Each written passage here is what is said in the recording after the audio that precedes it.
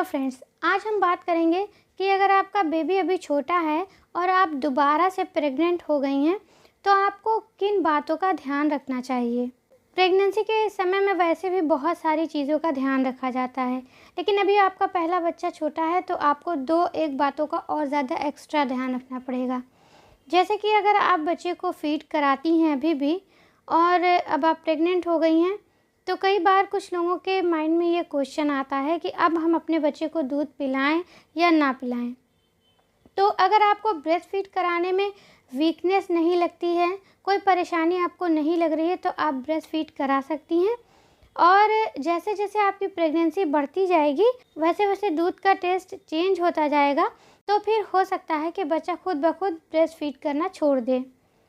और दूसरी चीज़ का आपको ये ध्यान रखना है कि तो अगर बच्चा थोड़ा बड़ा हो गया है, 1 से 1.5 साल का है, तो आपको ये भी ध्यान रखना है कि आप एकदम से अचानक से बच्चे को गोद में ना उठाएं।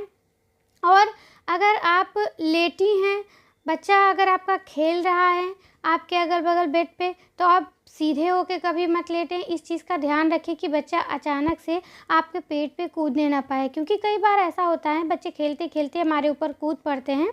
तो नॉर्मल टाइम पे तो कोई दिक्कत नहीं होती, लेकिन प्रेगनेंसी में आपको इस चीज़ का ज़रूर ध्यान रखना है कि बच्चा कहीं खेलते वक्त आपके पेट पे अचानक से ना गिर जाए।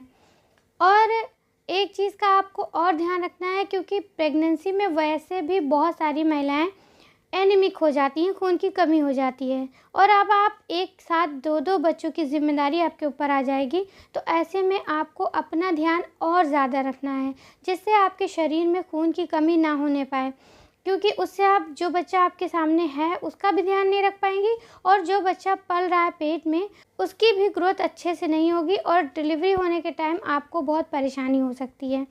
तो ये 2-3 ऐसी चीज़ें होती हैं जिनका ध्यान रखना आपको बहुत ही ज़रूरी है।